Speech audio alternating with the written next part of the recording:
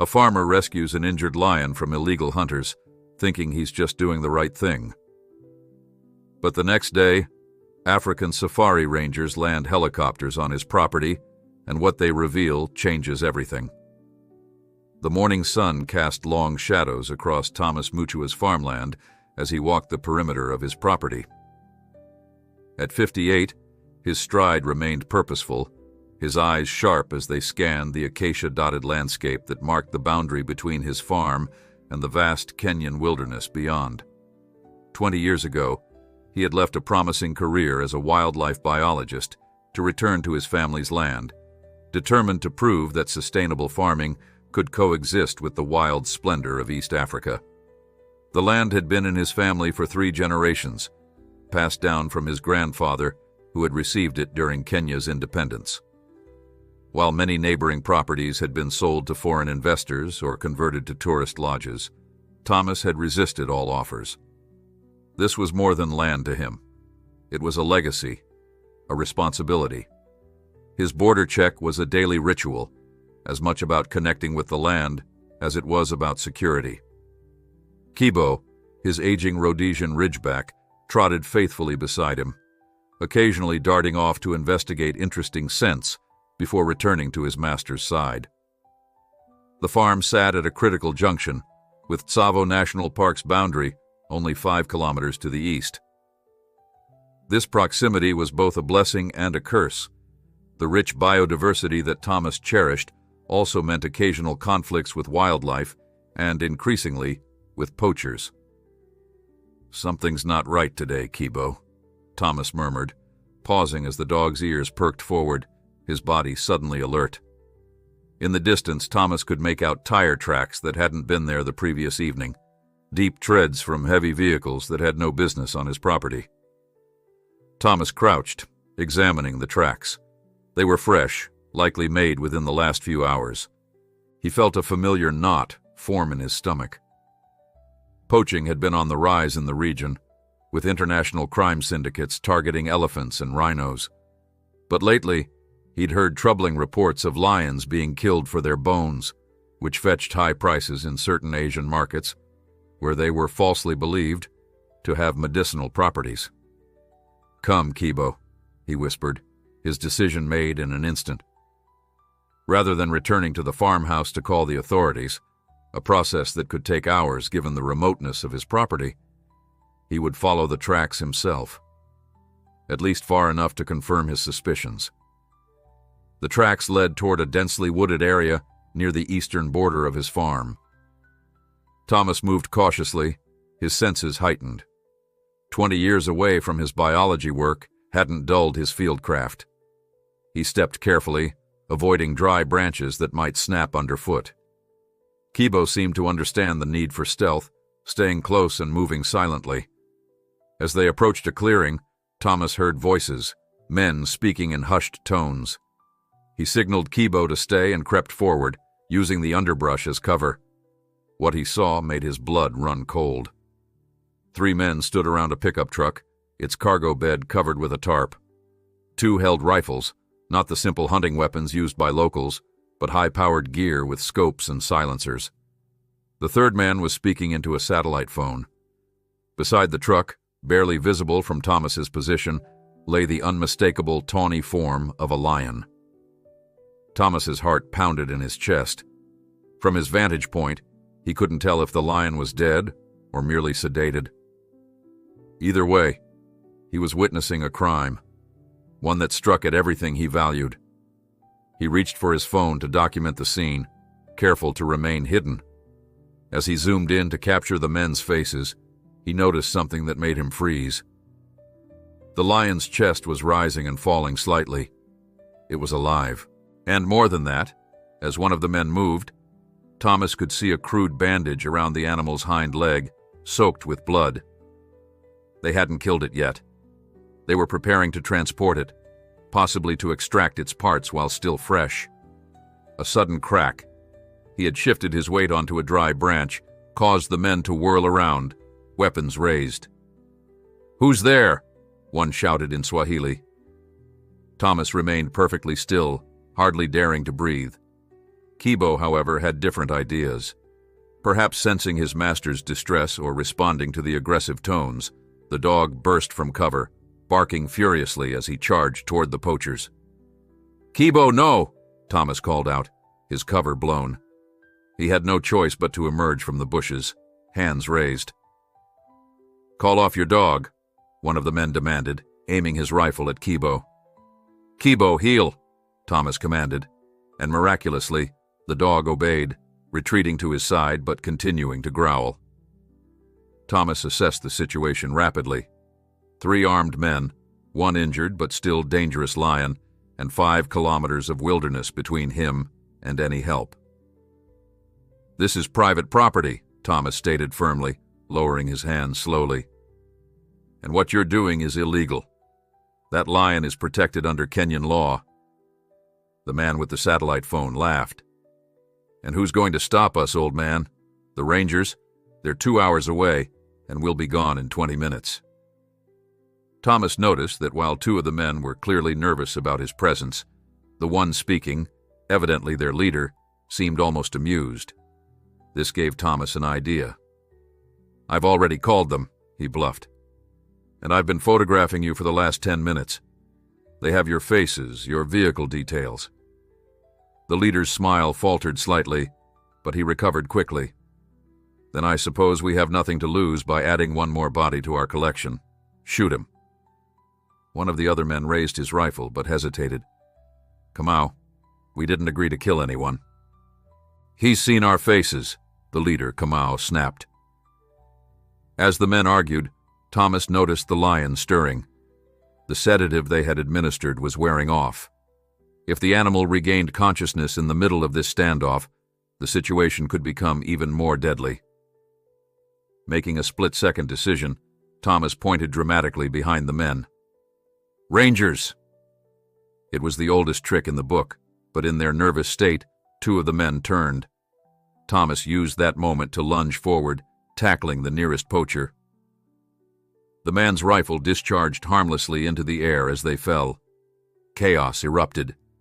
Kibo joined the fray, clamping his jaws around the arm of the second armed man, who screamed and dropped his weapon. Kamau, the leader, fired a shot that narrowly missed Thomas before turning to flee toward the truck. Thomas grappled with the first poacher, managing to knock him unconscious with a well-placed punch. Years of farm work had kept him stronger than his age might suggest. He scrambled for the fallen rifle just as Kamau reached the truck. "Stop or I'll shoot," Thomas called out, aiming the weapon. Kamau hesitated, then raised his hand slowly. "You won't shoot me, farmer.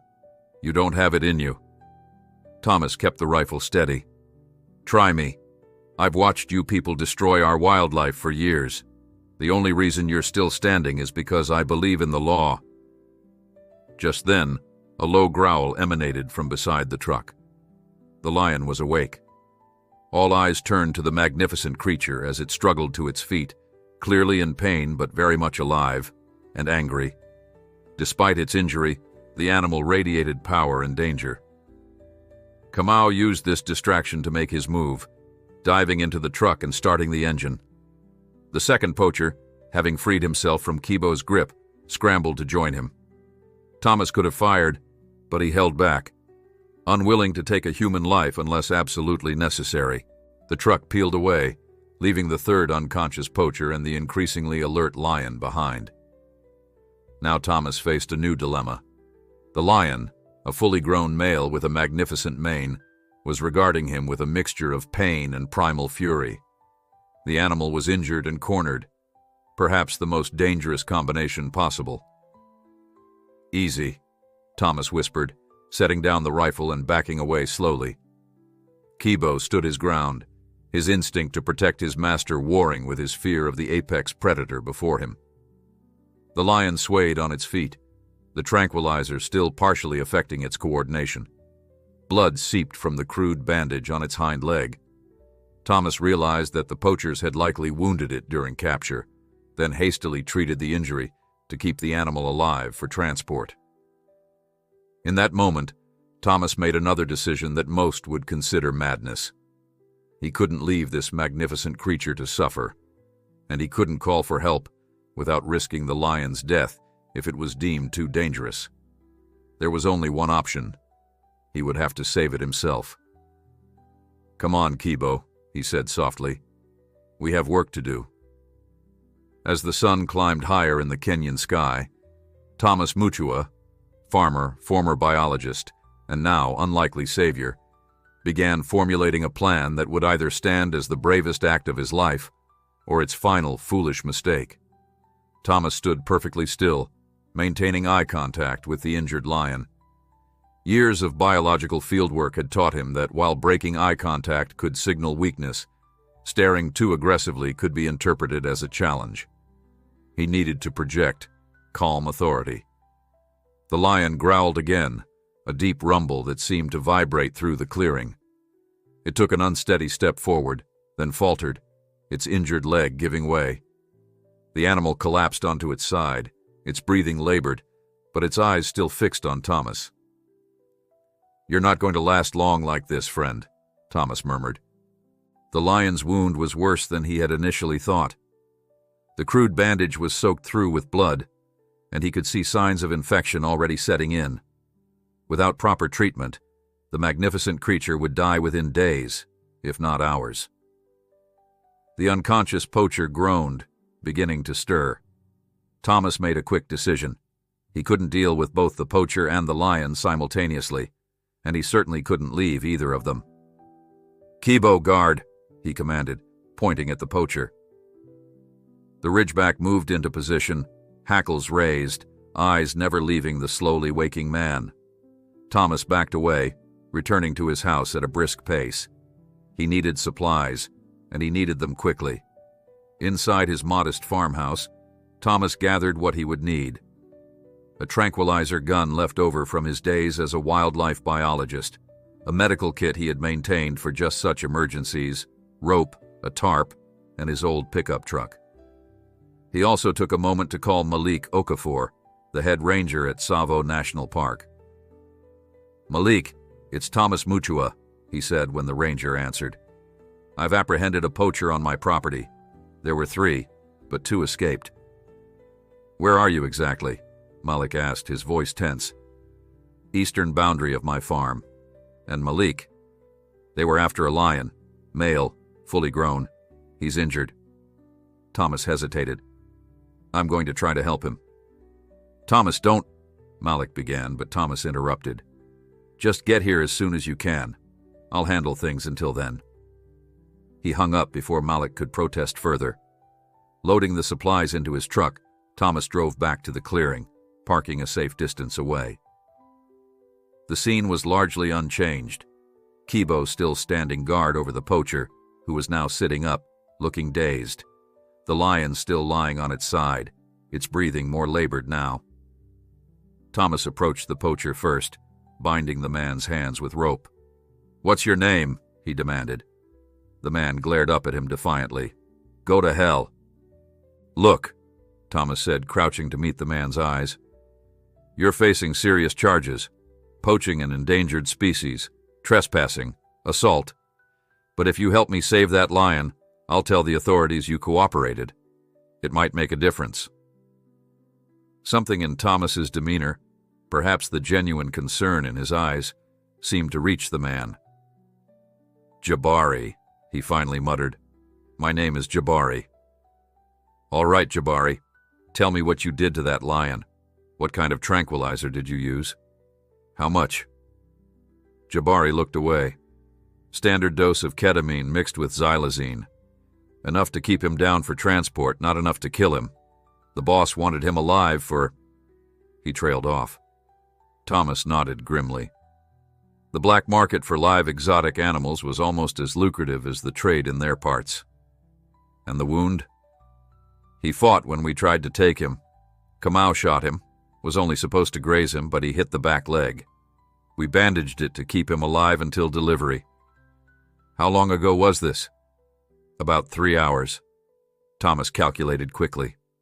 The tranquilizer would be wearing off, as he had witnessed, but the lion was too weak from blood loss and the beginning stages of infection to pose his usual threat. Still, Approaching an injured wild predator was suicidal by any measure. "Stay put," Thomas told Jabari.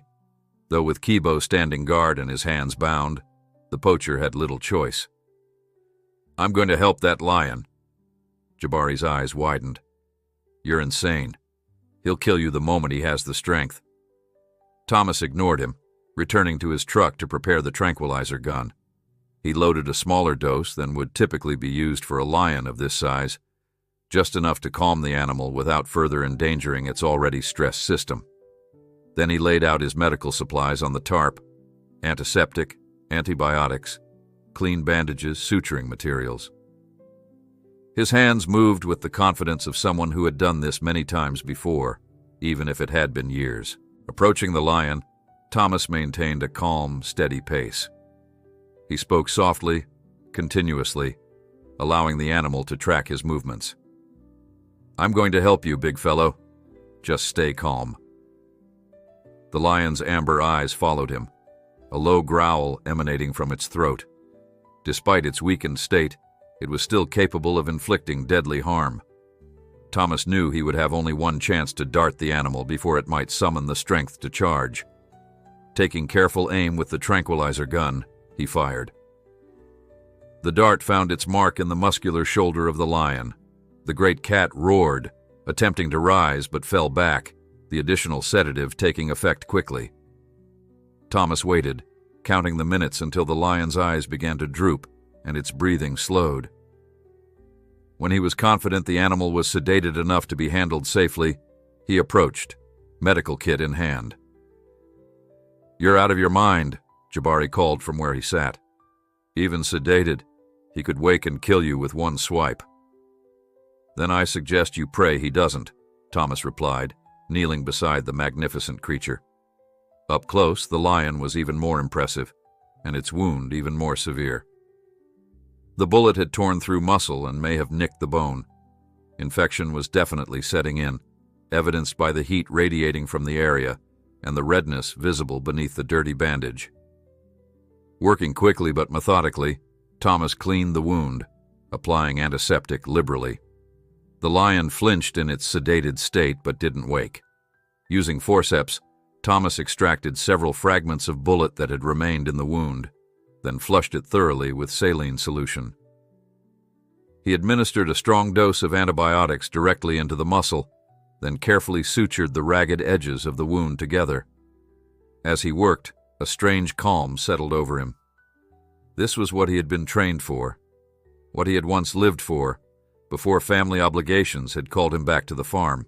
His hands remembered what his mind had filed away: the precise tension needed for sutures, the correct angle for administering injections, the gentle but firm touch required to handle wild animals. Finally, he wrapped the leg with clean bandages, securing them firmly, but not too tightly. The entire process had taken nearly an hour, and Thomas knew the tranquilizer would begin wearing off soon. Backing away from the lion, he gathered his supplies and returned to where Jabari sat, watching with undisguised amazement. "I've never seen anyone do that," the poacher admitted. "Treat a wild lion like it was a house cat."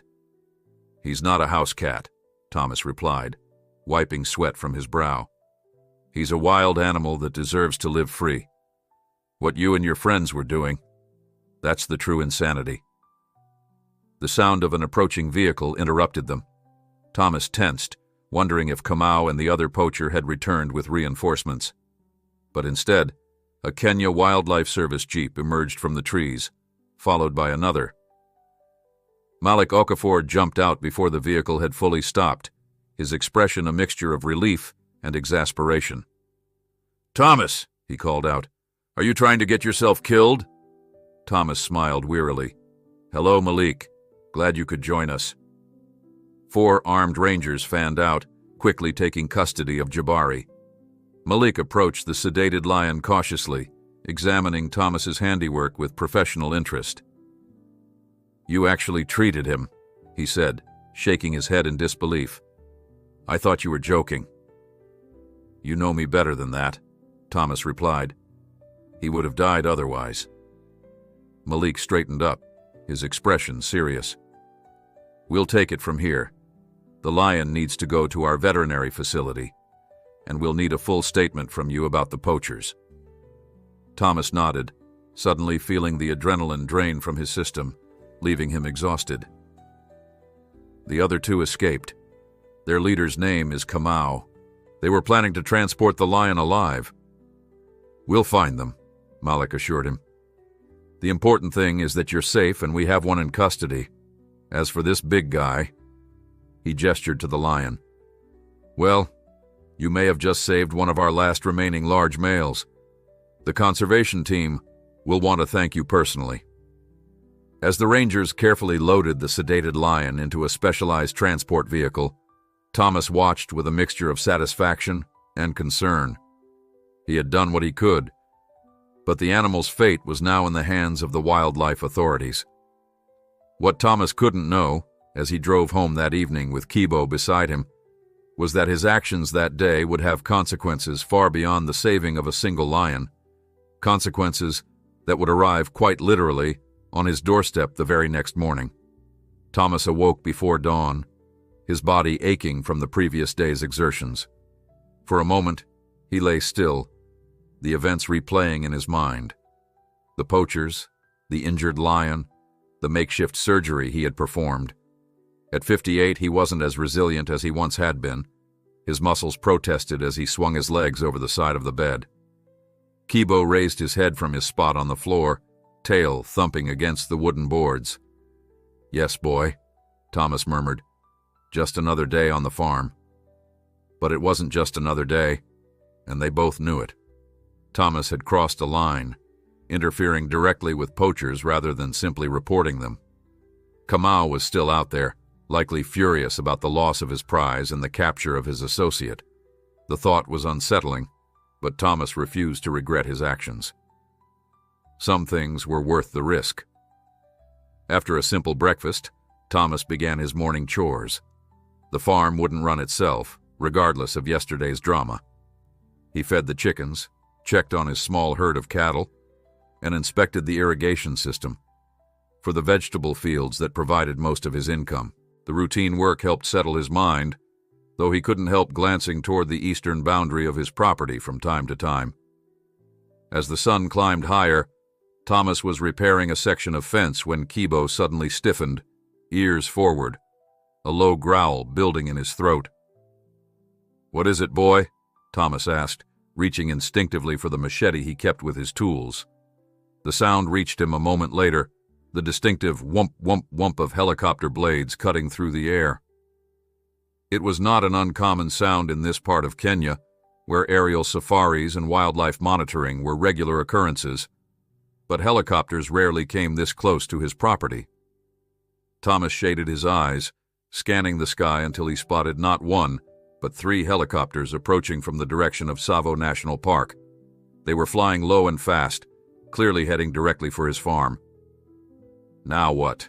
he muttered, setting down his tools and walking toward the house, Kibo at his heels. Whatever this was, he would meet it on his own terms, not caught out in the fields like a startled gazelle. By the time he reached the yard in front of his house, the helicopters were circling overhead, their downdrafts stirring up dust and debris. Thomas watched as they began to descend one by one onto the large open area where he sometimes parked his farm equipment. The first helicopter touched down, its blades slowing but not stopping. The side door slid open, and a tall, imposing figure stepped out, Dr. Amara Kalu, Director of Kenya Wildlife Service. Thomas recognized her immediately from television appearances and conservation conferences. Behind her emerged several rangers in uniform, including Malik. The second helicopter landed, disgorging a group of people carrying professional camera equipment and recording gear. The third helicopter remained hovering above, as if providing surveillance. Thomas stood his ground as Dr. Kalu approached, her expression unreadable behind large sunglasses. Malik followed a few paces behind, looking slightly apologetic. "Mr. Mutua," Dr. Kalu said, extending her hand. "I'm Dr. Amara Kalu, Director of KWS."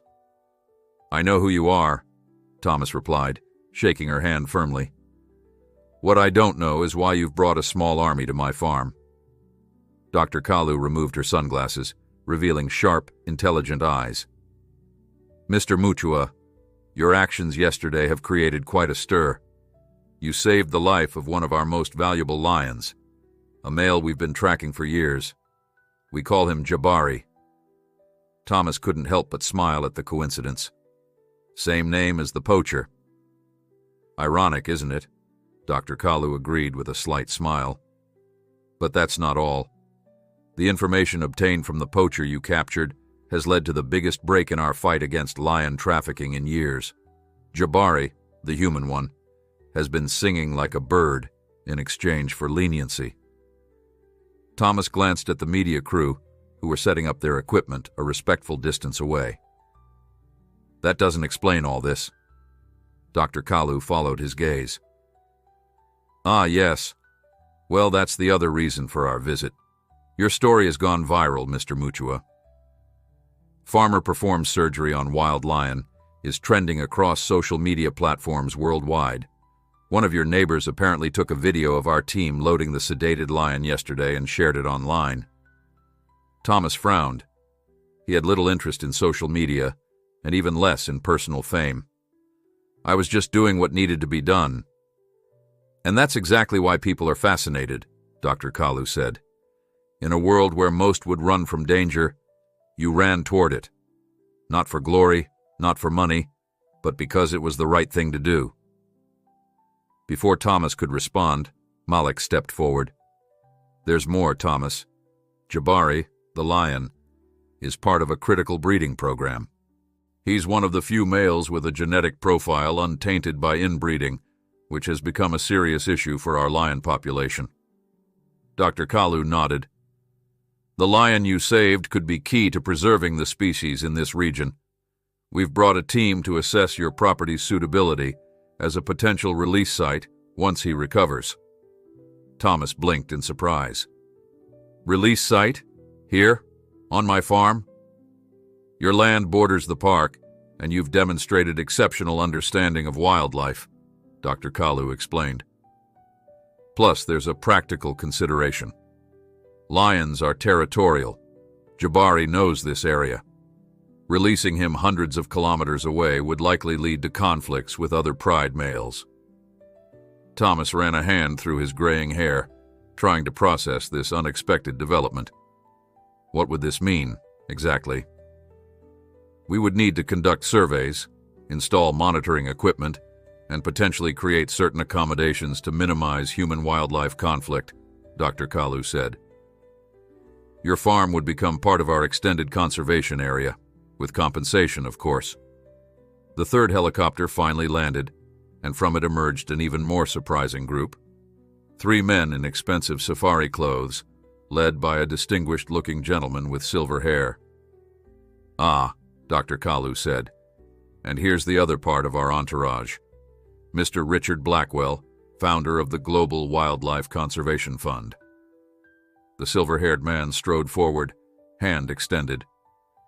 "Mr. Mutua, an honor to meet you, sir. Truly an honor." Thomas shook his hand automatically, feeling increasingly overwhelmed. "Mr. Blackwell." "Please call me Richard. What you did yesterday was extraordinary. Simply extraordinary. The GWCF has been looking to establish a new conservation project in this exact region, and your actions have convinced me that we've found the perfect location and partner." Thomas looked from Richard to Dr. Kalu, then to Malik, who offered a small shrug as if to say, "I tried to warn you." "I'm just a farmer," Thomas said firmly. "Not a conservationist, not anymore." Richard Blackwell laughed. "My dear fellow, what you did yesterday says otherwise. Now we're prepared to offer substantial funding for both wildlife protection and agricultural development. A model of coexistence, you see." The media crew had inched closer, cameras rolling. Thomas felt a flash of irritation. He had spent decades cultivating a quiet life, away from the spotlight that had once accompanied his work as a biologist. Now, in the span of 24 hours, he had become the center of attention for international conservation organizations, media outlets, and who knew what else. Yet beneath his annoyance, Thomas felt something else stirring, a forgotten passion. His early career had been dedicated to precisely this kind of work before family obligations had pulled him back to the farm. Was this some kind of cosmic second chance? As if reading his thoughts, Dr. Kalu spoke softly. Your background as a wildlife biologist makes you uniquely qualified, Mr. Mutua. This could be an opportunity to blend both worlds, your farming expertise and your conservation knowledge. Thomas looked past the helicopters and cameras toward the eastern boundary where he had found the injured lion. Beyond lay Tsavo National Park, home to countless species increasingly threatened by poaching, habitat loss, and climate change. His farm sat at the interface between wild and cultivated lands, a microcosm of the larger challenges facing Kenya and much of Africa.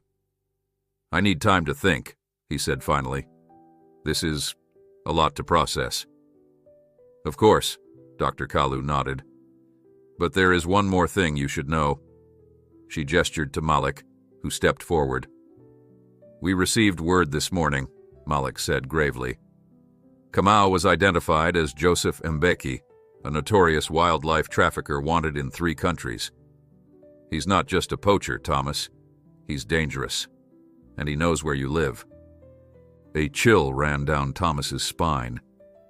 He had known there might be repercussions for his interference, but he hadn't realized just how high the stakes were. All the more reason to accept our help, Richard Blackwell interjected. Our presence here, the media attention, the KWS involvement, it provides protection. Mbeki would be a fool to come after you now. Thomas looked down at Kibo, who had remained vigilant throughout the conversation, then back at the assembled group waiting for his response. What had started as a simple act of compassion for an injured animal had cascaded into something far larger, with implications he was only beginning to grasp. The decision he made now wouldn't just affect him. It would impact his land, the surrounding wildlife, and possibly the future of lion conservation in the region. All because he had chosen to follow a set of tire tracks into the bush. Thomas invited his unexpected visitors into his modest farmhouse, a practical structure with weathered wooden floors and simple furnishings. It was not designed to host a gathering of this magnitude or significance. Dr. Kalu, Richard Blackwell, and Malik squeezed around his small kitchen table, while the others waited outside, the media crew barely containing their eagerness to begin filming. Coffee? Thomas offered, falling back on hospitality to buy himself time to think. That would be lovely, Dr. Kalu said, her commanding presence somehow fitting naturally into his humble kitchen. As Thomas busied himself with the kettle, his mind raced. Joseph Mbeki was not a name unfamiliar to anyone who worked in wildlife conservation in East Africa. Stories of his operations had circulated for years. Ruthless efficiency, international connections, and a complete disregard for human life when it interfered with his business. The fact that such a man now had reason to target Thomas specifically was disturbing, to say the least. Tell me more about this conservation project, Thomas said, setting mugs of strong Kenyan coffee before his guests. What exactly would it entail? Richard Blackwell leaned forward eagerly. It would be a pioneering initiative, a buffer zone between national park and agricultural land, demonstrating how the two can coexist harmoniously. Your farm would serve as a model, implementing techniques that other farmers could adopt. We're thinking of calling it the Mutua model, Dr. Kalu added with a slight smile. Thomas frowned. I'm not interested in having my name attached to anything. Of course, Richard backpedaled smoothly. The name is inconsequential. What matters is the approach. Sustainable farming practices combined with wildlife corridors, water management systems that benefit both agriculture and natural ecosystems, community involvement in conservation efforts. Malik, who had been quietly observing, spoke up. Thomas, this kind of project could make a real difference. The poaching we're seeing isn't just about greedy individuals. It's systemic. People poach because they're desperate, because they see wildlife as a threat to their livelihoods rather than an asset. Thomas nodded slowly. This was an argument he understood well. His own approach to farming had always been shaped by his background in biology, working with the land rather than against it, finding balance rather than dominating. "And what about Jabari?" he asked. "The lion?" Dr. Kalu set down her coffee mug. "He's in our veterinary facility now. Your field treatment was remarkably effective, but he'll need time to recover fully. Once he's ready for release, we would monitor him closely. His territory naturally includes parts of your land, which is why your participation is so crucial." "And if I say no?" The three exchanged glances. "We would respect your decision," Dr. Kalu said carefully. "But I hope you'll consider the benefits, not just for conservation, but for your own safety as well. As Malik mentioned, Mbeki is dangerous. Our presence here would provide a significant deterrent." Thomas stood up and walked to the window. Outside, the helicopters gleamed in the morning sun, powerful symbols of the modern conservation movement with its technology, international funding, and media savvy. It was a far cry from his daily routine of tending crops and livestock, yet oddly familiar, a world he had once been part of before family obligations called him home. "I need to see him," Thomas said suddenly. "See who?" Richard Blackwell asked, confused. "The lion, Jabari. Before I make any decisions, I need to see how he's doing." Dr. Kalu nodded, understanding in her eyes. "That can be arranged. Our facility is about an hour from here by helicopter." "Today?" "If you wish." Thomas turned back to the table. "And these reporters? What do they want?" "Your story," Malik said simply. "It's not every day that a farmer performs emergency surgery on a wild lion. People are fascinated." Thomas sighed. The last thing he wanted was to become some kind of celebrity conservationist. He had left that world behind decades ago, choosing instead the straightforward challenges of farming and the privacy it afforded. Yet he couldn't deny the pull he felt. The adrenaline rush of yesterday's encounter, the satisfaction of successfully treating the lion, these had awakened something in him he had long suppressed. And then there was the practical consideration.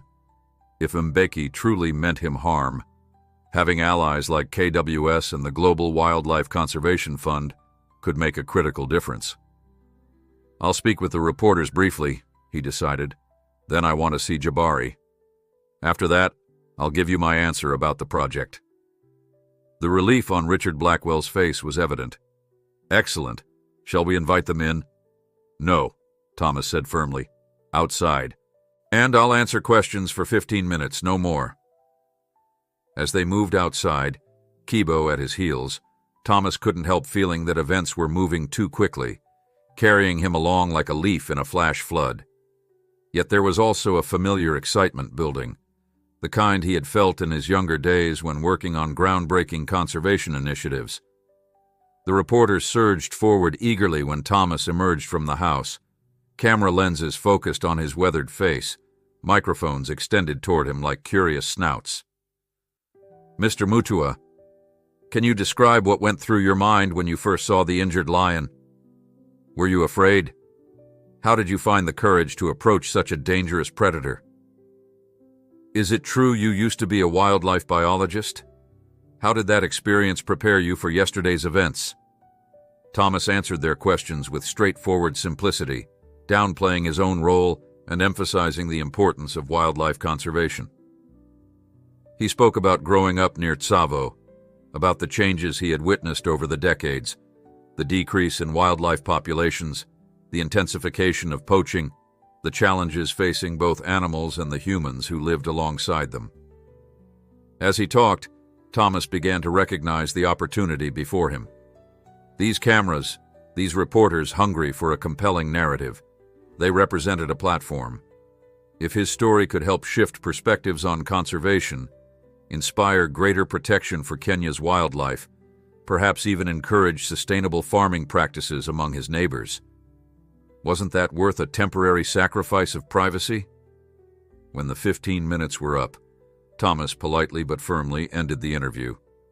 Dr. Kalu arranged for one of the helicopters to transport them to the KWS veterinary facility, while Richard Blackwell remained behind to speak further with the media. As the helicopter lifted off, Thomas looked down at his farm growing smaller below them. From this vantage point, he could clearly see how his land formed a critical junction between the wild expanses of Tsavo and the increasingly developed agricultural areas beyond. It was, as Dr. Kalu had suggested, a perfect location for a model of coexistence. "Your farm looks well managed," Dr. Kalu commented, following his gaze. "Sustainable practices?" Thomas nodded. "I use companion planting, natural pest control, water conservation techniques. It yields less than intensive methods in the short term, but it's more resilient in the long run, especially with the changing climate." "Exactly the kind of approach we want to promote," she said, satisfaction evident in her voice. The helicopter banked east, and soon they were flying over Tsavo National Park. Thomas pressed his face to the window, taking in the vast landscape below: acacia woodlands, grasslands dotted with wildlife, dry riverbeds that would transform into rushing waterways during the rainy season. This was Kenya's heritage, its treasure, increasingly under threat from multiple directions. "There," Malik pointed, as a complex of buildings came into view. "Our main veterinary facility and research center." As they descended toward the helipad, Thomas felt a strange mixture of emotions: nostalgia for the conservation work of his youth, anxiety about the changes potentially coming to his quiet life, and most prominently, a growing concern for the injured lion waiting below. Whatever happened next, he knew one thing with certainty: his encounter with Jabari had altered the course of his life in ways he was only beginning to understand. The KWS veterinary facility was a modern complex, far more sophisticated than Thomas had expected. Clean white buildings with green roofs spread across several acres, surrounded by secure fencing. As the helicopter touched down on a designated landing pad, Thomas could see staff members in uniforms moving purposefully between buildings. Dr. Kalu led Thomas and Malik toward the largest structure. "This is our main treatment center," she explained. "We handle everything from snare injuries to disease outbreaks here. The facility was upgraded 3 years ago with international funding." Inside, the building resembled a high-tech hospital. The antiseptic smell and gleaming equipment transported Thomas back to his days as a young biologist, when he had occasionally assisted veterinarians with wildlife treatment. But the technology had advanced considerably since then. "Dr. Njeri," Dr. Kalu called to a woman in a white coat who was studying a tablet. "This is Thomas Mutua, the man who saved Jabari." Dr. Njeri looked up, her face breaking into a warm smile. "Mr. Mutua, I've been hoping to meet you. Your field treatment was remarkable. I've never seen such skillful suturing performed under those conditions." Thomas accepted the compliment with a modest nod. "How is he doing?" "Come see for yourself," Dr. Njeri invited, leading them through a corridor to a secure wing of the building. "He's in our intensive care unit. We had to perform additional surgery to remove the remaining bullet fragments and thoroughly clean the wound, but your initial treatment prevented the infection from spreading to his bloodstream.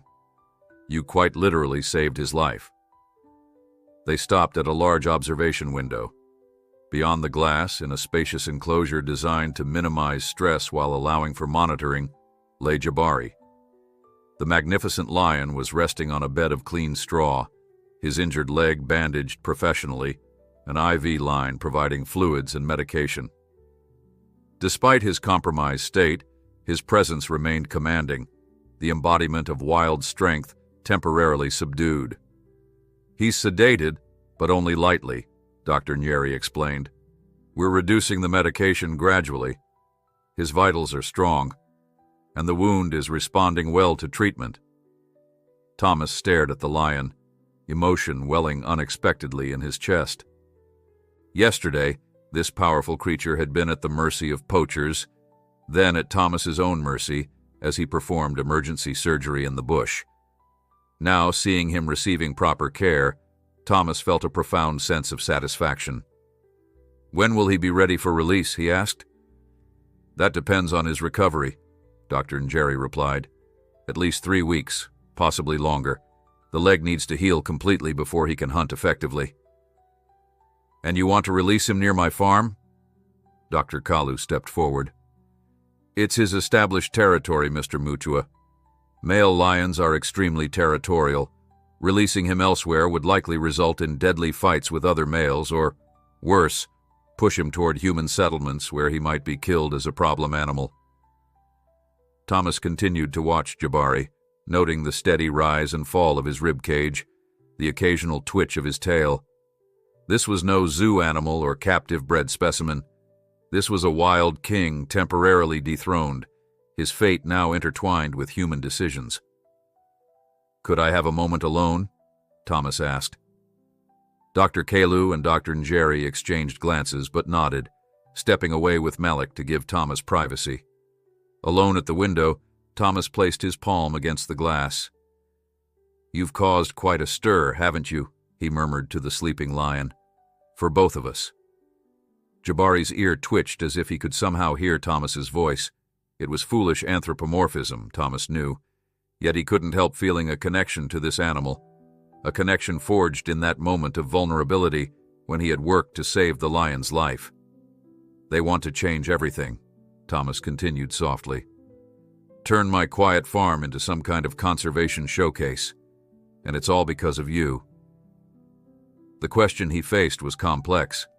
Thomas had deliberately chosen a quiet life after years in the spotlight of international conservation. The farm represented stability, continuity, a connection to his family heritage. Agreeing to this project would mean inviting disruption, attention, perhaps even danger, given Mbeki's involvement. Yet he couldn't deny the pull he felt toward his former calling. The rush of purpose he had experienced yesterday while treating Jabari had awakened something long dormant, a passion for wildlife that had once defined his entire identity. And there were practical considerations too.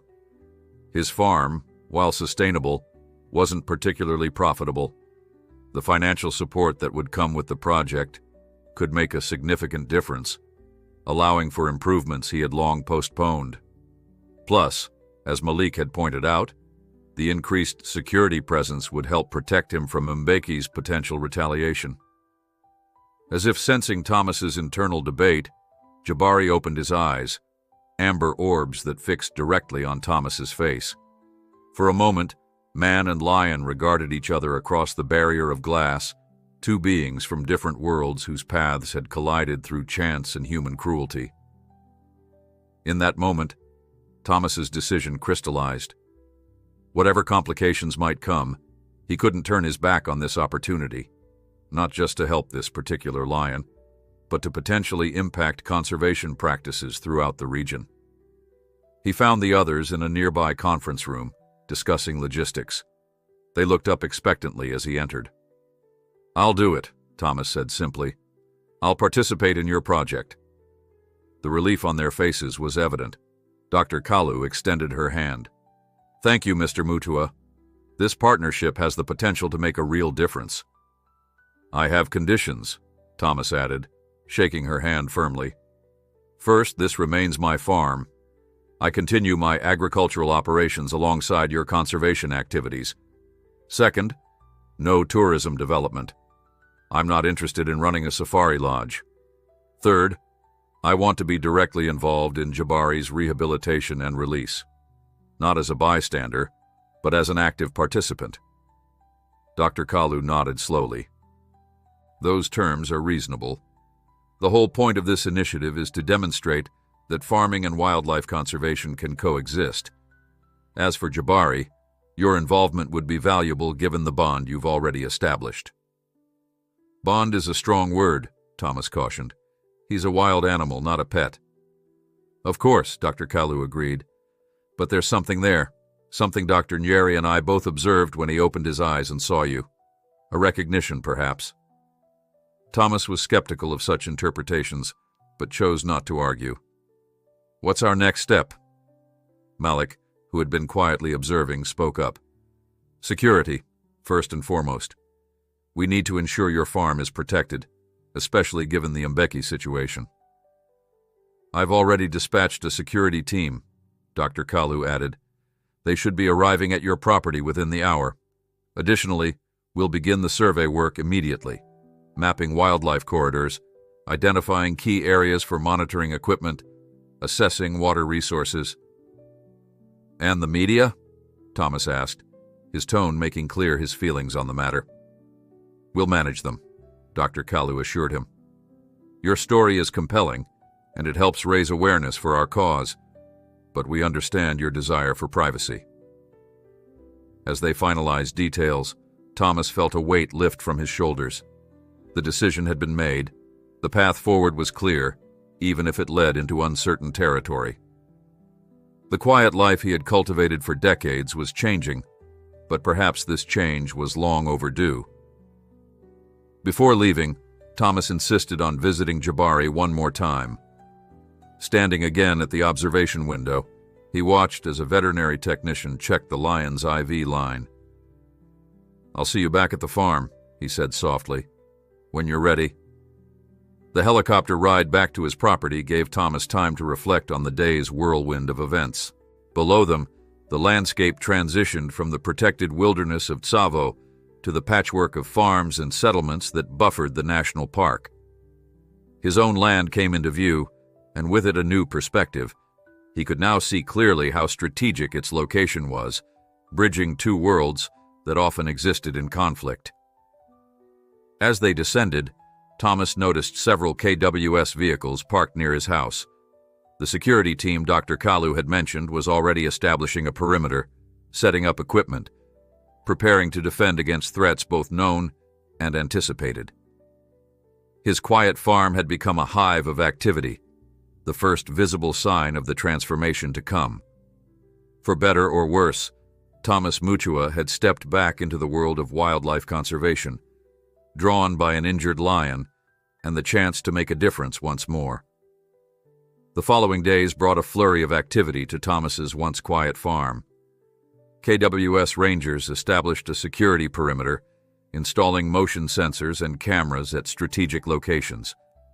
Conservation biologists conducted surveys, mapping wildlife corridors and water sources. Richard Blackwell's team set up a field office in one of Thomas's outbuildings, transforming the simple storage space into a high-tech command center with satellite communications and monitoring equipment. Through it all, Thomas continued his daily farm routines, tending to his crops, caring for his livestock, maintaining the irrigation systems that kept his fields productive even during the dry season. But now he did so under watchful eyes, with armed rangers patrolling the boundaries and drones occasionally buzzing overhead. On the third morning after his visit to the veterinary facility, Thomas was inspecting his tomato crop when he noticed Dr. Kalu approaching, accompanied by a young woman he hadn't met before. "Mr. Mutua," Dr. Kalu called, waving. "Do you have a moment?" Thomas straightened, wiping his hands on his work pants. "Of course." "This is Dr. Leila Omondi, Dr. Kalu introduced. "She'll be the lead biologist for the project, coordinating the wildlife monitoring and research components." Dr. Omondi stepped forward with a warm smile, extending her hand. She was perhaps in her early 30s, with intelligent eyes behind stylish glasses and a confident bearing that suggested significant field experience despite her youth. "It's an honor to meet you, Mr. Mutua," she said. "Your work in conservation biology was required reading during my doctoral studies." Thomas raised an eyebrow, surprised. "That was a long time ago." "Your research on predator-prey dynamics in the Tsavo ecosystem remains foundational," she insisted. "When I heard you were involved in this project, I requested the assignment immediately." Thomas felt a mixture of pride and embarrassment. His academic work seemed like something from another lifetime, important once perhaps, but overshadowed by decades of practical farming experience. "Well, things have changed since those papers were published," he said, "both the ecosystem and the methods we use to study it." "Which is why this project is so exciting," Dr. Omondi replied enthusiastically. "We have an opportunity to update that research with modern technology while implementing practical conservation measures." Dr. Kalu nodded approvingly. "Dr. Omondi has developed a comprehensive monitoring plan for when Jabari is released. She'll need your input, particularly regarding his likely movement patterns based on your knowledge of the local ecosystem." Thomas gestured toward his house. "Why don't we discuss this over tea? I'd like to hear more about this monitoring plan." Inside, as Thomas prepared tea in his modest kitchen, Dr. Omondi laid out maps and satellite images on his table. Dr. Kalu excused herself to take a call, leaving the two biologists to their discussion.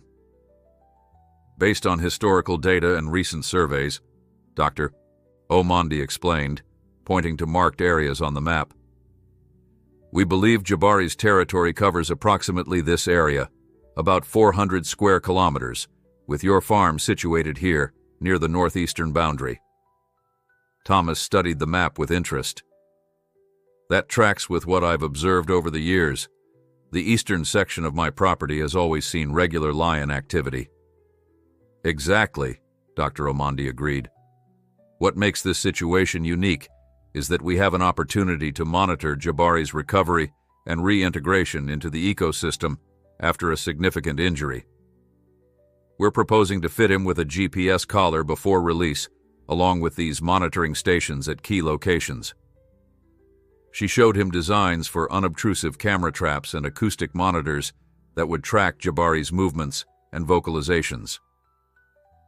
"The data will help us understand not just his recovery, but how he reestablishes his territory after absence, particularly in relation to other predators that may have moved in during his absence." Thomas nodded thoughtfully.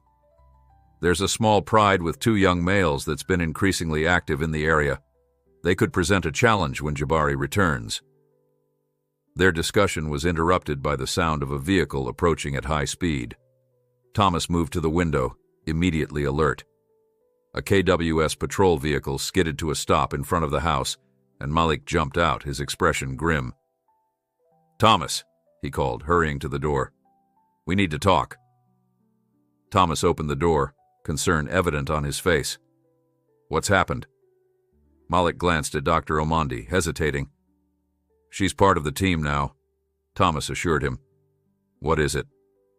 "We've intercepted communications," Malik said, stepping inside. "Mbeki is planning something. His people have been asking questions in nearby villages, gathering information about the farm, the security arrangements."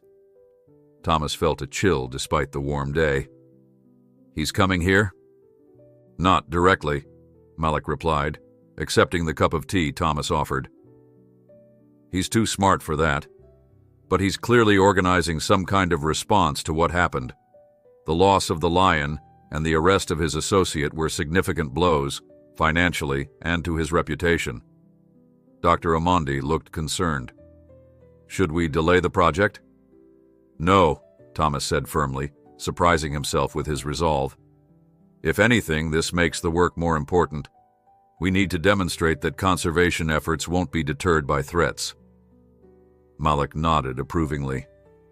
"That's what Dr. Kalu said you'd say. We're increasing security accordingly.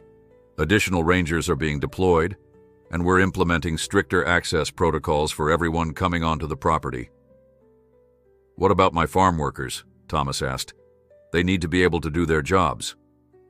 "They'll be vetted and given clearance cards," Malik assured him, "but everyone should remain vigilant. Mbeki has contacts everywhere. Informants, sympathizers.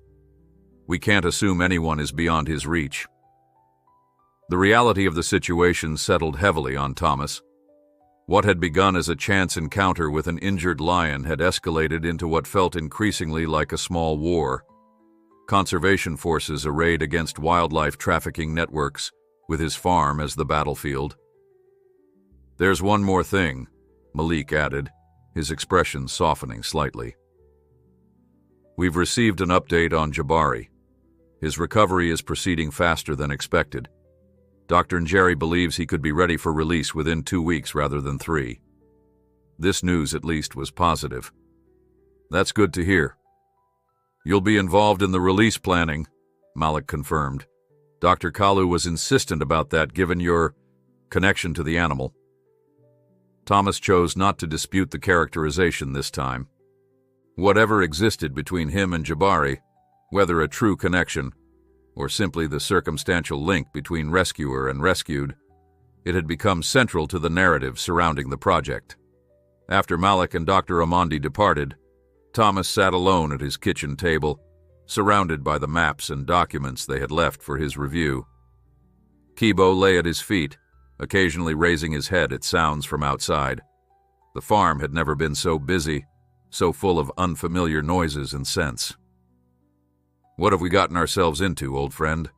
Thomas murmured to the dog. He unfolded a detailed aerial photograph of his property, studying the familiar contours with new eyes. The vegetable fields he had cultivated for decades, the small orchard of mango and citrus trees, the modest cattle pasture, all remained unchanged. But now they were overlaid with markings indicating wildlife corridors, potential monitoring locations, security installations. His farm was transforming into something new, not just a place of agricultural production, but a living laboratory, a buffer zone between wilderness and human development, a potential model for coexistence. The responsibility was enormous, and the dangers real. Yet despite the complications and threats, Thomas felt more alive than he had in years. The work had purpose beyond the day-to-day struggle of farming in a challenging environment. It connected him to his earlier passions, to the young idealist who had once believed he could make a difference in Kenya's conservation efforts. Outside, the sun was setting over Tsavo, painting the landscape in gold and amber hues. Somewhere in that wilderness was Jabari's pride, perhaps already adapting to his absence, perhaps suffering from the loss of their dominant male. And somewhere, too, was Joseph Mbeki, plotting his revenge against the farmer who had disrupted his operations. Thomas folded the maps carefully and rose from the table. Whatever came next, he would face it directly, just as he had faced the injured lion in that clearing 3 days ago. Some challenges in life appeared unexpectedly, forcing decisions that altered one's path irrevocably. The true test of character, Thomas reflected, was not in avoiding such moments, but in rising to meet them with courage and integrity. A week passed, each day bringing Thomas deeper into the world he had left behind decades ago. The project was progressing rapidly, with monitoring stations installed at strategic locations throughout his property and neighboring areas. Dr. Omandi had established a daily briefing routine, updating all team members on the latest findings and preparations for Jabari's eventual release. Thomas found himself increasingly impressed by the young biologist's expertise and dedication. Her understanding of predator behavior and ecosystem dynamics matched, and in some ways surpassed, his own knowledge from years ago. He had begun joining her on morning surveys, the two falling into a comfortable rhythm of observation and discussion that reminded him of his days as a research scientist. "Look here," Dr. Omandi said one morning, crouching beside a patch of disturbed earth near the eastern boundary. "Hyena tracks, probably from last night." Thomas knelt beside her, examining the distinctive prints. "A small group, 3 or 4 individuals. They've been more active since Jabari's absence." "Exactly what we predicted," she nodded, making notes on her tablet. "Predator dynamics are shifting already. The ecosystem is rebalancing itself in response to the removal of a dominant male lion." Thomas straightened, surveying the landscape. "And it will shift again when he returns." "If he successfully reclaims his territory," Dr. Omandi cautioned. "That's not guaranteed. His injury may affect his ability to defend against challengers." The thought troubled Thomas more than he cared to admit. He had saved Jabari from poachers only for the lion to potentially face defeat by rival males, nature's own brutal justice system at work. That's why the monitoring is so important, he acknowledged. We need to be prepared to intervene if necessary. Dr. Omondi looked at him curiously. Intervention would be contrary to standard KWS protocol. We typically allow natural processes to unfold, even when they result in individual animal deaths. This situation is different, Thomas argued. Jabari's injury wasn't natural. It was caused by human activity. That creates a responsibility. Before Dr. Omondi could respond, their radios crackled to life. All personnel, return to base immediately. Repeat, all personnel return to base. They exchanged worried glances and began walking quickly toward the farmhouse. As they approached, Thomas could see increased activity, rangers moving with purpose, weapons visible, vehicles being repositioned defensively. Malik met them at the perimeter, his expression tense. We have a situation. One of our security cameras captured suspicious activity at the north boundary. 3 men, armed, observing the property. When our patrol approached, they fled into the bush. Mbeki's people? Thomas asked, though he already knew the answer. Malik nodded grimly. Almost certainly. They're probing our defenses, gathering intelligence for some kind of operation. Dr. Omondi looked concerned. Should we evacuate non-essential personnel? Not yet, Malik replied, but everyone needs to be on high alert. No one goes out alone, and all movements beyond the secure perimeter require armed escort. Thomas felt a surge of anger. His farm, his home, was under threat because he had chosen to do the right thing. The injustice of it burned in his chest, but he kept his voice calm. What's our next move? We wait, Malik said, and we prepare, Dr. Kalu is expediting the arrangements for Jabari's release. Having him here, under our monitoring, actually strengthens our position from a security perspective. Thomas raised an eyebrow. Using a recovering lion as a security asset? Not exactly, Malik clarified. But Jabari's release will bring additional resources, media attention, and international focus. Mbeki would be foolish to attempt anything significant during such a high-profile operation. The logic made sense, though Thomas wasn't entirely comfortable using Jabari as what amounted to a tactical pawn in their confrontation with Mbeki. Still, if it meant the lion would be returned to the wild sooner, perhaps it was for the best. That afternoon, a scheduled video conference brought Thomas face-to-face with Dr. Njeri from the veterinary facility. Her expression on the large monitor in the field office was professional but positive. Mr. Mutua, I'm pleased to report that Jabari continues to exceed our expectations in his recovery, she began.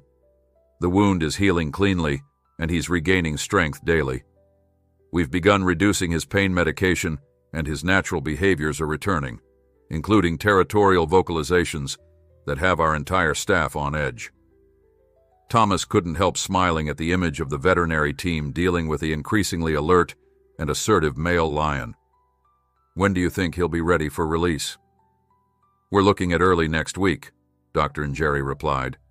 He'll be fitted with the GPS collar tomorrow, and we'll conduct final health assessments over the weekend. Barring any complications, Monday seems most likely for the transport and release operation. Just 4 days away. Thomas felt a mixture of anticipation and anxiety. Jabari's return would be the true test of this entire initiative. Not just his physical recovery, but his reintegration into the ecosystem, his interactions with other wildlife, and ultimately, his impact on the predator-prey dynamics that Thomas had once studied so intently. We'll be ready, he assured Dr. Njeri, aware that the entire team was listening. The release site has been prepared according to Dr. Omondi's specifications, and all monitoring systems are operational. After the call ended, Richard Blackwell approached Thomas, enthusiasm evident in his manner. This is tremendously exciting, Thomas. The media response has been overwhelming. We have confirmation that 3 international news networks want to cover the release, along with numerous conservation publications." Thomas frowned. "Is that level of attention wise, given the security situation?" "Absolutely," Richard insisted. "The more eyes on this project, the safer everyone will be. Mbeki operates in shadows. Publicity is his enemy." Thomas wasn't entirely convinced, but he recognized that the media coverage served the broader conservation goals. The project had already generated significant public interest, with Jabari returns trending on social media platforms and donations flowing into wildlife protection initiatives throughout Kenya. That evening, as Thomas sat on his porch watching the sunset, Dr. Kalu joined him. She settled into the adjacent chair without speaking, respecting the contemplative moment. Finally, she broke the silence. "You've created something remarkable here, Mr. Mutua." Thomas shook his head. "I merely responded to circumstances. You and your team have done the real work." "Don't underestimate your contribution," she insisted. "Your willingness to open your land, to share your expertise, to face the risks, it's made all the difference. This project could become a model for conservation throughout East Africa." Thomas sipped his tea thoughtfully. "If it succeeds." "Success isn't always what we expect it to be," Dr. Kalu observed. "Even if Jabari doesn't reclaim his former territory, even if he moves on to a different area, the knowledge we gain, the awareness we raise, the connections we forge between conservation and agriculture, these are all forms of success." Her words resonated with Thomas. Throughout his scientific career, he had learned that the most valuable outcomes of research were often unexpected, discoveries made while looking for something else entirely, insights gained from apparent failures. "You're right," he acknowledged, "though I still hope he thrives here." Dr. Kalu smiled. "As do we all. There's something special about that lion, something beyond his genetic value to the population." As darkness fell, the security lights around the perimeter activated automatically, casting a protective glow around the farmhouse and key installations. Rangers patrolled the boundaries, their silhouettes occasionally visible against the illuminated fencing. Inside this artificial day, Thomas's farm continued its transformation, no longer just a place of agricultural production, no longer merely a buffer between wilderness and civilization, but a focal point for a new approach to conservation, a testing ground for coexistence between humans and wildlife.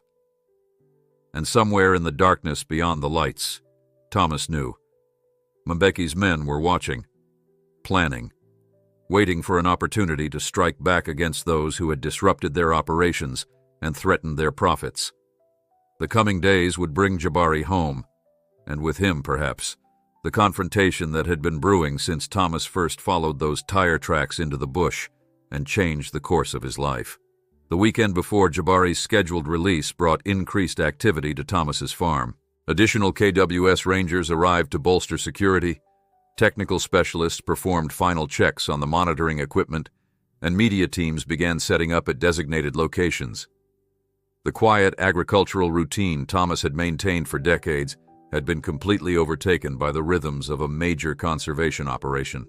On Saturday morning, Thomas found himself standing with Dr. Omondi at the selected release site, a natural clearing about 2 kilometers from his farmhouse, chosen for its proximity to water, adequate cover, and strategic position within Jabari's former territory. "The transport team will arrive here," Dr. Omondi explained, indicating a makeshift road that had been cleared for vehicle access. "The crate will be positioned facing east, toward the thicket, where he'll likely seek initial cover. All non-essential personnel will withdraw to the observation posts, and the crate will be opened remotely."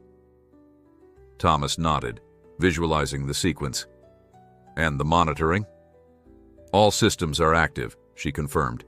"We have 24 camera traps positioned throughout the likely movement corridor, acoustic monitors to capture vocalizations, and of course the GPS collar will provide real-time location data." It's the most comprehensive monitoring setup I've ever implemented for a single animal. Thomas surveyed the landscape with a biologist's eye. It was good lion habitat. Open spaces interspersed with adequate cover, plenty of prey species, established water sources. If Jabari's recovery continued as expected, he would have every chance of re-establishing himself here. "What about the rival males?" he asked. "Any recent activity?" Dr. Amandi consulted her tablet. "The young pair was recorded about 6 kilometers south yesterday morning.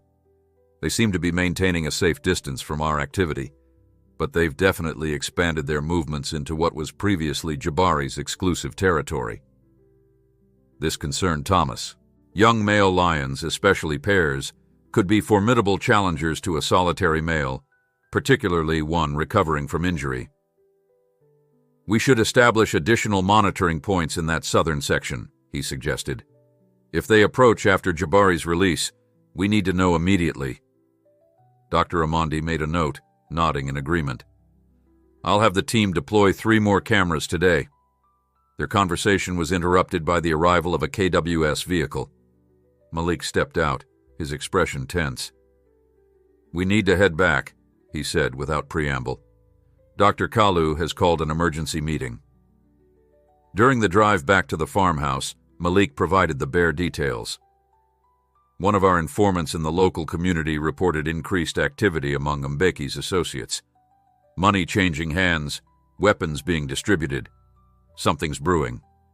The conference room in the field office was already crowded when they arrived. Dr. Kalu stood at the head of the table, her usually composed demeanor showing signs of strain. Richard Blackwell sat nearby, along with the KWS security chief and several senior rangers. "Thank you all for coming quickly," Dr. Kalu began once Thomas and Dr. Amandi were seated. "We've received credible intelligence that Joseph Mbeki is planning some form of action against our operation, potentially coinciding with Jabari's release on Monday." A murmur of concern rippled through the room. "What exactly do we know?" Thomas asked. The security chief, a stern-faced man named Captain Wekisa, responded. "Mbeki has been recruiting locally, offering significant payment for information about our security arrangements and scheduling. We've identified at least 3 individuals in neighboring communities who have accepted such payments. More concerning," Dr. Kalu added, "is that he appears to have acquired additional weapons, military grade, according to our source." "So we postpone the release," Richard Blackwell suggested immediately. "Safety must be the priority." Captain Wekesa shook his head. "Postponement may not help. If Mbeki is committed to action, he'll simply adjust his timeline. Meanwhile, we lose the advantage of the media presence and international attention that would come with the release."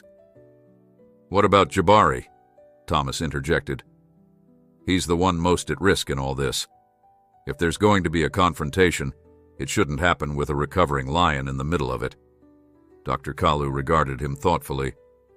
"Your concern for the animal is admirable, Mr. Mutua, but Captain Wekesa raises valid points. The release itself, with its accompanying publicity and witnesses, provides a level of protection that would be absent if we postpone." The debate continued, with various opinions offered and scenarios considered. Thomas listened carefully, weighing each perspective. Finally, he spoke up again. "What if we change the plan, but not the date? Proceed with the release on Monday, but alter the location and approach in ways that Mbeki wouldn't anticipate." Captain Wekesa leaned forward, interested. "What do you have in mind?" "Mbeki's people have been observing us, learning our patterns," Thomas explained. "They've seen the preparation of the release site, the positioning of media areas, the security arrangements. They're expecting a certain sequence of events." Dr. Amandi caught on quickly. "So we give them a different sequence, a different location." "Exactly," Thomas nodded. "My farm has multiple suitable release sites. We've been focusing on the eastern clearing because it's optimal for Jabari's reintroduction to his territory. But there are at least 2 other viable locations, the northern wetland area and the southwestern acacia grove." Captain Wakesa was already nodding. We could maintain the appearance of proceeding with the original plan while actually preparing for release at an alternate site. We'd need to adjust the monitoring setup, Dr. Omondi noted, but it's doable. The southwestern site would require less relocation of equipment. Dr. Kalu considered the proposal, her keen mind evidently assessing its merits. It has potential. Mbeki would be prepared for one scenario, while we execute another. But we'd need absolute operational security, no leaks, no observable preparations that would tip our hand. And what about the media? Richard Blackwell asked. They're expecting access to cover the release. We tell them there's been a slight change of plans, Dr. Kalu decided. They'll still get their footage, just from a different vantage point. We can position them at the southwestern observation post rather than the eastern one. The plan quickly took shape. The original release site would remain ostensibly active, with regular staff movements and preparations continuing as if nothing had changed. Meanwhile, a small, trusted team would prepare the southwestern site for the actual release, working during nighttime hours to avoid detection. As the meeting concluded and responsibilities were assigned, Thomas found himself impressed by the team's adaptability. In his years of conservation work, he had participated in many wildlife operations, but few had involved this level of complexity or potential danger. Later that afternoon, as Thomas checked on his crops, a routine that provided a sense of normalcy amid the escalating tension, Dr. Kalu sought him out. Your suggestion was excellent, she said, falling into step beside him. It provides us with a tactical advantage while still ensuring Jabari's release proceeds safely. Thomas nodded, bending to examine a tomato plant. I just hope it's enough. Mbeki strikes me as the type of man who plans for contingencies. As do we, Dr. Kalu assured him. Captain Wakesa is implementing additional security measures that weren't discussed in the general meeting. Precautions known only to a select few. Thomas straightened, giving her his full attention. You think there might be informants within our own team? I think it's prudent to be cautious, she replied carefully. This operation has grown quickly, involving many individuals from different organizations. Mbeki has resources and isn't above using bribery or coercion. The implication was clear, and it troubled Thomas. The conservation community in Kenya was tight-knit, built on shared values and trust. The idea that someone within their ranks might be compromised was disturbing. Who knows about the change in release location? He asked. Just the people in that room, Dr. Kalu assured him. And that's how it will remain until absolutely necessary to inform others. As dusk approached, Thomas stood at the edge of his property, looking out toward Tsavo National Park. Somewhere in that vast protected area, lions were going about their ancient routines, hunting, patrolling territories, raising cubs. And soon, Jabari would rejoin them, carrying a GPS collar and the hopes of an entire conservation initiative. But first, they would need to navigate the human conflict that threatened to overshadow the wildlife drama, a conflict Thomas had inadvertently triggered when he chose to save an injured lion from poachers.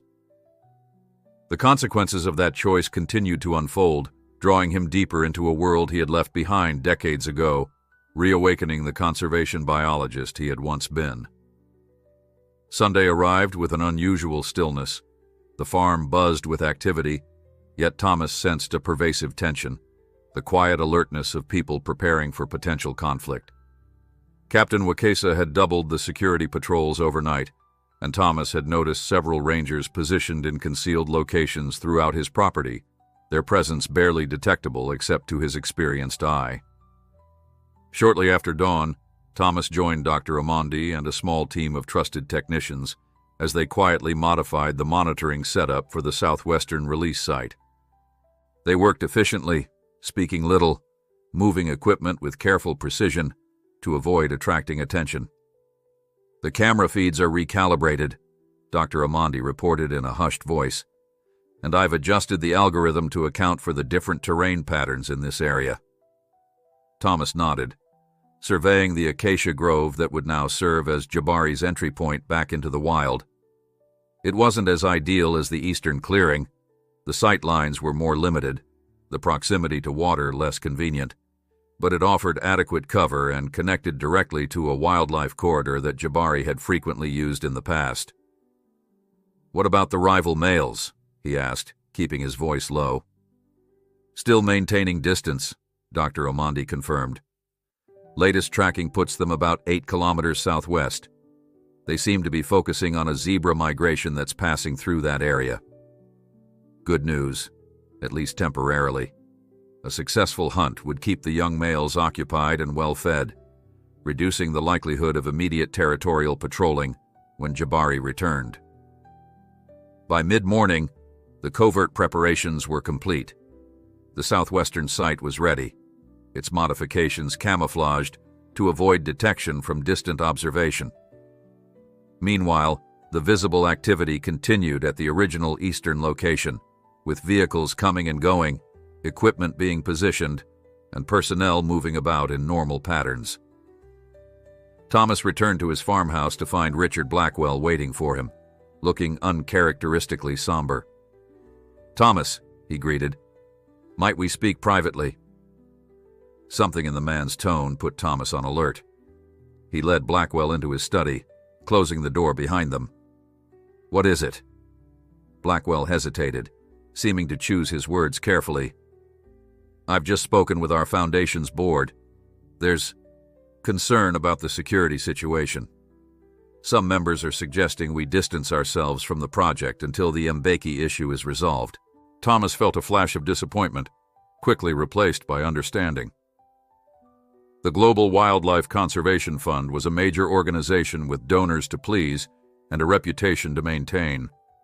A project entangled with armed poachers and potential violence presented obvious risks. "I see," he said simply.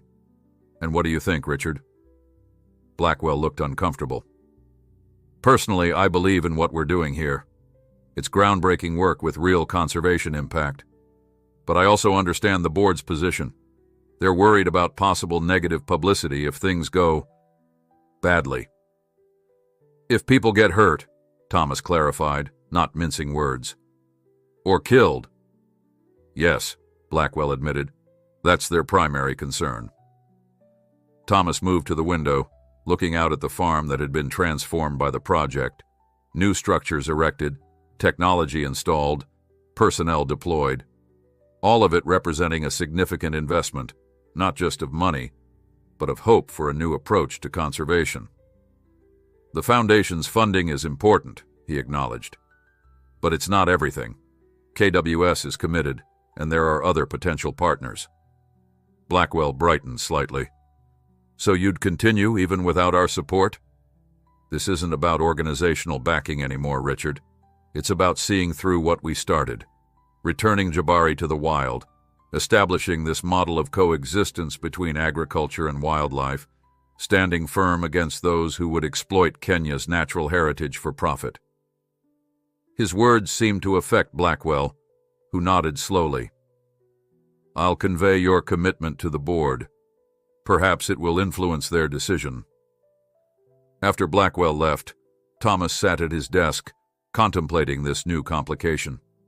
The potential withdrawal of the Foundation's support was concerning but not catastrophic. More troubling was what it represented. The first fracture in what had been a unified front. The first hint that the pressure from Mbeki might succeed in undermining the project. A knock at the door interrupted his thoughts. It was Malik, his expression grave. "We need you in the command center immediately," he said without preamble. "There's been a development." The command center, established in one of Thomas's converted outbuildings, was a hive of activity when they arrived. Captain Wakesa stood before a large digital display showing satellite imagery of the area surrounding the farm. Dr. Kalu and several senior rangers were gathered around him, their expressions serious. "Mr. Mutua," Captain Wakesa acknowledged, "we've detected unauthorized movement here and here." He pointed to 2 locations on the map, both within 5 kilometers of the farm's boundaries. Mbeki's people? Thomas asked. Almost certainly, Captain Wekesa confirmed. Small groups, well armed, establishing positions with good sight lines to the farm. They're being careful, but our thermal drones caught them moving during the night. Thomas studied the map, noting the strategic placement of the groups. They're positioning for tomorrow, creating a perimeter of their own. That's our assessment, Dr. Kalu agreed. But there's more. We've received word from our transport team. They've departed the veterinary facility with Jabari and will arrive here in approximately 3 hours, earlier than originally scheduled. This was a significant change. The transport had been planned for early Monday morning, allowing for release during optimal daylight hours. Why the change? Thomas asked. Dr. Njeri's recommendation, Dr. Kalu explained. Jabari is becoming increasingly agitated in captivity. His stress levels are rising, which could compromise his recovery. She believes it's better to move him now and keep him in the transport crate at our facility overnight, rather than at the veterinary center. Thomas understood the veterinary rationale, but the timing created new challenges. Does this affect our security plan? Captain Wekesa nodded grimly. It accelerates everything. We had expected to have the night to complete preparations. Now we'll be managing a high-value transport arrival in daylight when Mbeki's observers have optimal visibility. Can the transport be rerouted? Thomas suggested. Bring Jabari in via the northern access road rather than the main approach? Already arranged, Captain Wekesa confirmed. But it's not ideal terrain for the transport vehicle. It will be slower, more difficult. The implications were clear. The arrival of Jabari, the centerpiece of the entire initiative, was now happening under less than ideal circumstances, with hostile observers in position and security preparations still underway. We should inform the media teams, Richard Blackwell suggested, having joined the meeting partway through. They'll need to adjust their schedules. No, Captain Wekesa said firmly. The fewer people who know about this change, the better. The media will be informed tomorrow morning as originally planned. Thomas agreed with this approach. Every additional person aware of the modified timeline represented a potential security leak. What can I do? He asked, ready to assist however needed. You know the northern access road better than anyone, Captain Wekesa replied. We need details on the terrain, any potential bottlenecks or vulnerabilities where the transport might be exposed. For the next hour, Thomas worked with the security team, mapping out the rarely used track that wound along the northern boundary of his property. It was little more than a maintenance road, used occasionally to access irrigation equipment and boundary fencing, but it would serve their purpose, providing a less visible approach for the transport vehicle carrying Jabari. As the preparations continued, Thomas couldn't help but reflect on how dramatically his life had changed in just over a week. From solitary farmer to central figure in a high-stakes conservation operation, from quiet routines to tactical planning sessions. The transformation was disorienting yet somehow fitting, as if his earlier career and his farming life had been preparing him for precisely this moment. Outside, the African sun climbed toward its zenith, bathing the farm in brilliant light. In a few hours, Jabari would arrive, his presence raising the stakes even higher. Tomorrow he would return to the wild, if all went according to plan. But as Thomas had learned repeatedly throughout this experience, plans had a way of encountering unexpected complications. And Joseph Mbeki, whose men now surrounded the farm like predators circling prey, was the most dangerous complication of all. The transport vehicle carrying Jabari arrived just before sunset, navigating the rough northern access road with painstaking care. Thomas watched from a concealed observation post as KWS Rangers secured the area, their movements precise and vigilant. The large custom crate containing the lion was visible in the back of the specialized vehicle, covered partially with a tarp to shield it from observation by distant eyes. Captain Wekesa coordinated the operation via radio, his voice calm but authoritative. Move the asset to the secure holding facility immediately. Maintain visual cover. All units report any unusual activity instantly. Thomas made his way to the temporary structure that had been established near the southwestern release site. A reinforced shed with climate control and monitoring equipment where Jabari would spend his final night in captivity before release. Dr. Njeri had accompanied the transport, and she greeted Thomas with evident relief. "He's traveled well," she reported as the crate was carefully maneuvered into position. "Sedated but stable. The wound looks excellent. He's healing even better than we hoped." Through a small observation panel, Thomas caught a glimpse of the magnificent animal he had saved from poachers just days earlier. Jabari lay on his side, his breathing deep and regular, the GPS collar already fitted around his powerful neck. The bandage on his hind leg was much smaller now, covering only the central portion of what had been a life-threatening wound. "Thank you," Thomas said sincerely, "for everything you've done for him." Dr. Njeri smiled. "That's my job. You're the one who went above and beyond, performing emergency surgery in the field, standing up to armed poachers, opening your farm to this entire operation." The night passed tensely, with security teams maintaining constant vigilance. Thermal imaging drones patrolled the perimeter, while rangers positioned in concealed locations monitored for any approach. In the command center, Captain Wakesa tracked the movements of Mbeki's men, noting with concern their continued presence in the surrounding area. "They're waiting," he told Thomas and Dr. Kalu during a midnight briefing. "Observing. They know something is happening, but they're not yet aware of the schedule change or the alternate release site." "And tomorrow?" Thomas asked. "We proceed as planned," Captain Wexa confirmed. "The media arrives at 0800 hours. They'll be escorted to the southwestern observation post, believing this was always the intended release location. The actual release is scheduled for 0930 hours, giving us optimal daylight conditions." Dr. Kalu nodded. "And Mbeki? He'll realize we've changed plans, but too late to adjust his own," Captain Wakesa said with grim satisfaction. "By the time he understands what's happening, Jabari will be released, and the media will be broadcasting live. Even Mbeki wouldn't risk a direct confrontation under those circumstances." It was a sound assessment, but Thomas couldn't shake a persistent unease. Something about the situation felt incomplete, as if they were missing a crucial piece of information about their adversary's intentions. Dawn broke clear and brilliant, the sky transitioning from lavender to gold as the sun crested the horizon. Thomas had slept little, spending most of the night checking on Jabari and reviewing the release plans with Dr. Omondi. Now, as the farm awakened to what promised to be a momentous day, he found himself standing alone at the edge of the acacia grove, where Jabari would soon return to the wild.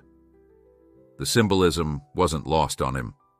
Like the lion, Thomas himself had been drawn out of his comfortable isolation, thrust back into the world of conservation, forced to confront both old passions and new threats.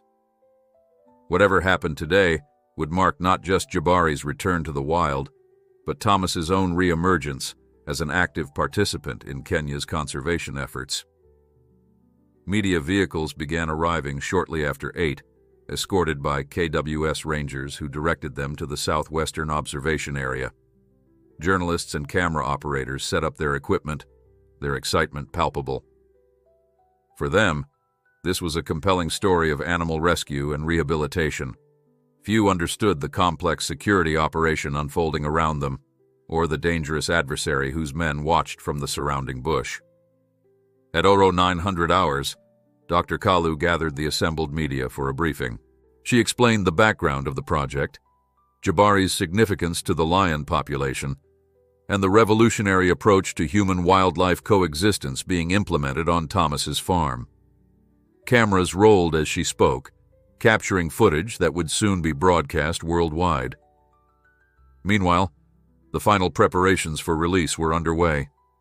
The transport crate containing Jabari had been carefully positioned at the edge of the acacia grove, its opening facing a natural wildlife corridor. The lion was now fully awake, occasional growls emanating from within the crate, indicating his growing awareness and agitation. Thomas stood with Dr. Njeri and Dr. Omandi at the monitoring station, watching as the GPS signal from Jabari's collar registered on their screens. "All systems functional," Dr. Omandi confirmed. "We're receiving clear data from the collar, and all camera traps are active." "His vital signs are strong," Dr. Njeri added, checking the biomonitoring data being transmitted. "He's ready." At precisely 0930 hours, Captain Wekesa gave the signal. The media had been positioned at a safe distance, their long-range cameras focused on the crate. Dr. Kalu stood before them, providing narration for the historic moment.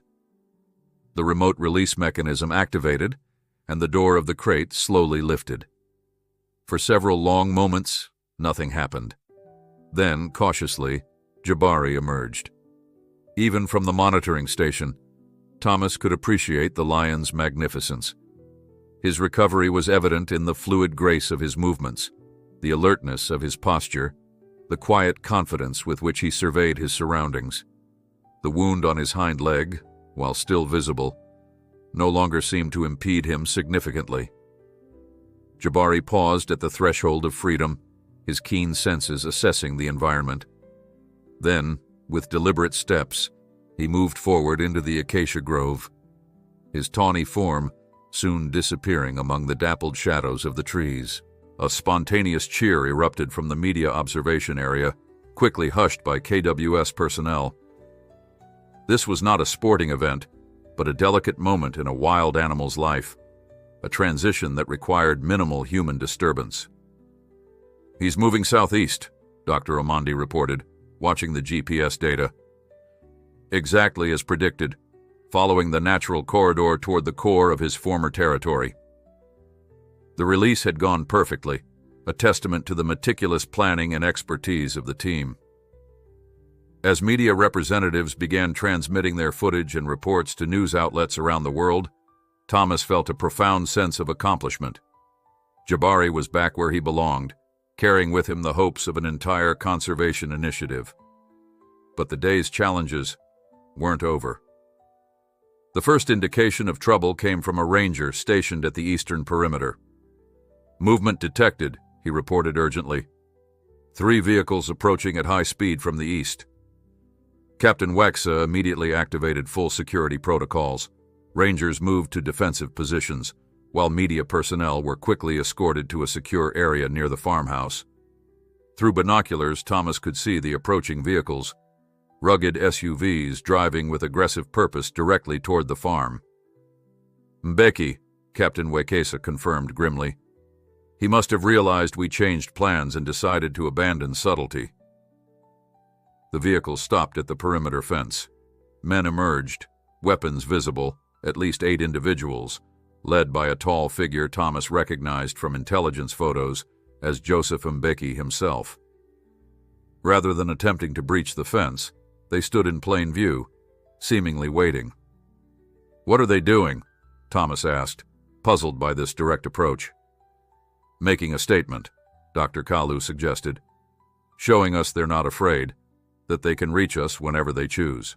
Captain Wekesa had deployed his rangers strategically, establishing clear fields of fire while maintaining radio contact with KWS headquarters, which was dispatching helicopter support. The standoff continued for tense minutes, neither side making a move. Then, unexpectedly, Mbeki raised his hands, indicating he was unarmed. He approached the fence alone. "He wants to talk," Captain Wekesa observed with surprise. Thomas made a decision. "I'll speak with him." Despite objections from both Captain Wekesa and Dr. Kalu, Thomas insisted. With rangers providing cover, he approached the fence, stopping several meters from where Mbeki waited. "Mr. Mutua," Mbeki called, his voice carrying a hint of accent.